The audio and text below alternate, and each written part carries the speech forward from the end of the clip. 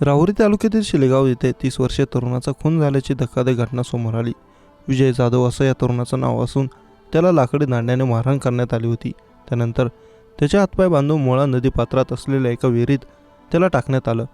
या घटनेत तरुणाचा मृत्यू झाला आहे। या घटनेने अहमदनगर जिल्ह्यात मोठी खळबळ उडाली। शिलेगाव येथे एका शेतकऱ्याच्या विहिरीत लाकडी दांडे, चप्पल आणि तरुणाचा मृतदेह पाण्यावर तरंगत असताना आढळून आला। घटनेची माहिती मिळताच पोलिसांनी घटनास्थळी धाव घेत हा मृतदेह बाहेर काढला। हा मृतदेह राहुरी तालुक्यातील आरडगाव येथील विजय अण्णासाहेब जाधव या 30 वर्षीय तरुणाचा असल्याचं निष्पन्न झालं। विजय हा त्याच्या काही मित्रांसोबत शिलेगाव येथील यात्रेत गेला होता। यात्रेत विजय याचं मित्रांसोबत भांडण झालं। त्यावेळी त्याच्या मित्रांपैकी 4 ते 5 जणांनी विजय जाधव याला लाथाबुक्क्यांनी आणि लाकडी दांड्याने मारहाण केल्याची माहिती समोर आली। त्यानंतर दुसऱ्या दिवशी सकाळी विजय जाधव याचा हातपाय बांधलेला मृतदेह विहिरीत आढळून आला। दरम्यान एका आरोपीला ताब्यात घेण्यात आलं असून इतर आरोपींची शोध घेण्यासाठी पोलीस पथके रवाना करण्यात आले आहेत। मात्र विजय जाधव याचा खून नेमका कोणत्या कारणाने करण्यात आला हे पोलीस तपासात निष्पन्न होईल। या घटनेने परिसरात एकच खळबळ उडाली आहे।